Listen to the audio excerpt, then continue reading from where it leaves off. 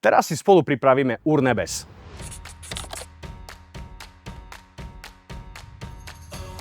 V tomto momente, ak viete, čo to urnebes je, tak to teraz nenapíšte do komentu, lebo myslím si, že to väčšina z vás asi vedieť nebude.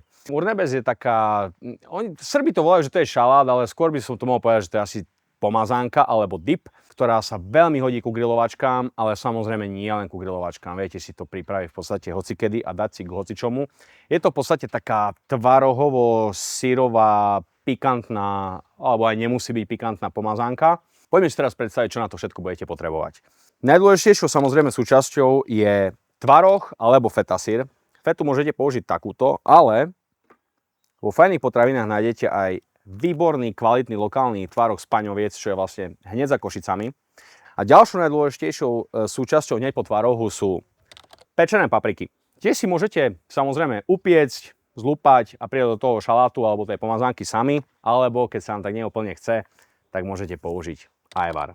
Ja osobne odporúčam tento mamás, ktorý tiež nájdete vo Fajných potravinách. To, aby sa to celé spolu nejak prepojilo, tak budeme potrebovať ešte kyslú smotanu, samozrejme cesnak, prelisovaný a čo je ešte veľmi dôležité, mletá paprika. Kupujte čo najviac kvalitnú, akú nájdete. Táto tu je tiež samozrejme z Fajných potravín. Už podľa farby vidíte, že to je naozaj kvalitka, veľmi dobrá, pestovaná na tých najslnečnejších pláňach na Slovensku. Teda pláňach, čo už som pláne. Taktiež budem potrebovať niečo pikantné. Tá pikantnosť závisí od vás. Zo Srbska máme túto tzv. Tucanú papriku. Tucana je v podstate iba taká, ako by som povedal, že ani nie je že mletá, ale skôr len taká keby rozbitá, sú tam také hrubšie časti. Každopádne vy použite akúkoľvek pikantnú papriku máte radi, kúpte si nejakú kvalitnú. My osobne s tatkom pridávame ešte, neviem, či to bude na kamere vidno, ale sú to žltko, 2 žltka. Len žltka, nie celé vajíčko, jednoducho uvaríte vajíčko a vyberete z neho len tie žltka. Dodá to trošku také jemnosti a také nejaké ďalšie chutie do tej pomazánky, takže OK, tak let's go, ideme na to. Mimochodom mám tu ešte pri sebe tento, čo si myslíte? Prečo je tento chlieb fialový? Ja by som to neuhadol a cvikla to nie je. Ako prvý dáme tvaroh. Ako som spomínal už v úvode, kúpte si nejaký naozaj kvalitný, tento z Paňoviec je lokálny, kvalitný, veľmi dobrý a hlavne má takú konzistenciu, ktorá sa vám hodí na tento, neviem, či to volá šalát alebo dip alebo pomazánka. Srbi to volajú salát, za mňa to je skôr taká pomazánka. My to dnes budeme kombinovať s plieskavicou, takže uvidíte na konci, ako sa to dá. Takže máme tvaroh, lokálny z Paňoviec. Rozmýšľal som, či dáme ešte aj fetu, či spravíme taký prierež, že dáme pol na pol, ale ja to tento raz vynechám. Každopádne vy, keď chcete, môžete si pridať aj fetu, alebo to si spraviť len z fety, je to na vás. V tomto momente si teda ešte raz spomeniem. Ak si upečete papriky, zlúpete ich, rozmixujete a dáte do toho, tak to bude super. Ak sa vám s tým nechce úplne babrať, tak kľudne použite ajvar. My máme tento od Mamás, kvalitný, výborný ajvar. Nebude ho treba až tak veľa. Ten ajvar by to nemá nejak prebíjať, ten tvaroh, skôr by to tak mal tomu dať len takú farbu a nejakú doplňujúcu chuť, takže ho nebudeme dávať nejak extra veľa. A mám jednu takúto. Tak to dám trebárs.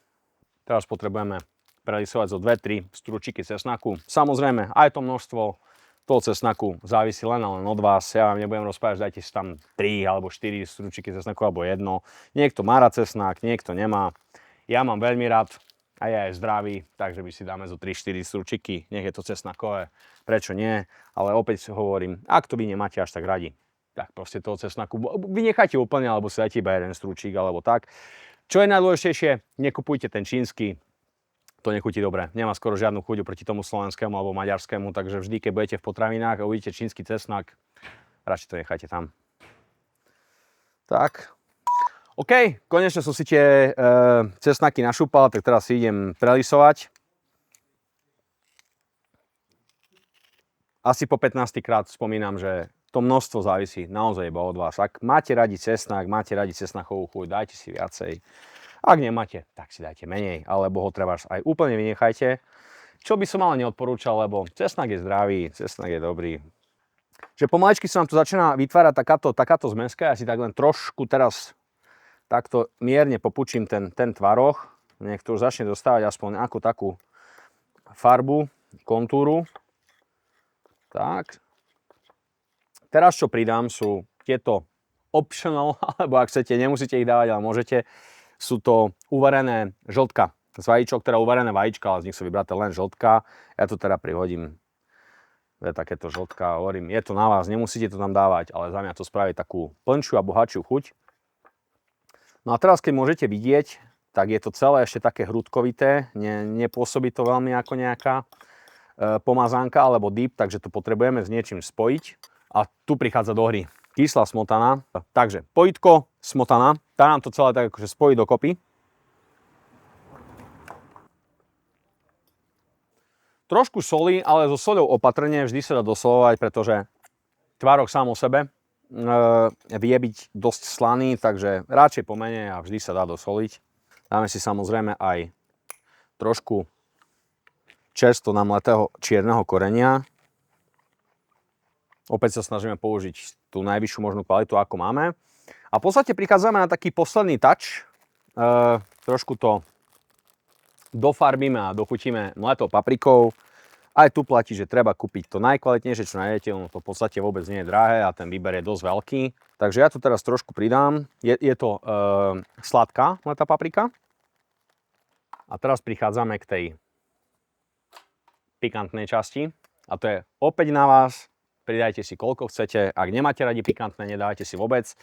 Ale tento šalát, respektíve pomazánka by mala byť trošku pikantná. Takže ešte raz pripomínam, my používame tzv. Tucanú papriku, to je taká náhrubo. A nechcem povedať, že mleta, to nie je ani mleta, ona je skôr taká ako keby porozbijaná tá paprika. Dúfam, že to bude vidieť na close-up zábere. Takže my používame takú, my ju máme zo Srbska. V každom prípade, ak nemáte takéto nejaké dosahy alebo niekoho, kto by vám to doniesol, tak sa stavte o Fajných potravinách, tam určite nájdete niečo kvalitné a budeme za chvíľočku aj ochutnávať. Začína nám pršať, tak sa musíme ponáhľať, takže ideme rýchlo si domiešať náš dip, respektíve pomazánku, respektíve šalát, voláte to ako chcete. Budeme to používať primárne na preskavicu, ktorú budeme grilovať o chvíľočku a z ktorej budete vidieť ďalšie video. Krásny krajec fialového chlebíka z Fajných potravín kváskový, ktorý je batatový. A budete ho mať možnosť si kúpiť každú stredu vo Fajných potravinách, máte takéto veci radi. Samozrejme, môžete sa hrať aj s tou konzistenciou, ak sa vám to zdá príliš možno hrudkovité alebo nie až tak jemné, tak si dáte treba viacej smotany trošku. No ja si myslím, že môžeme ochutnať.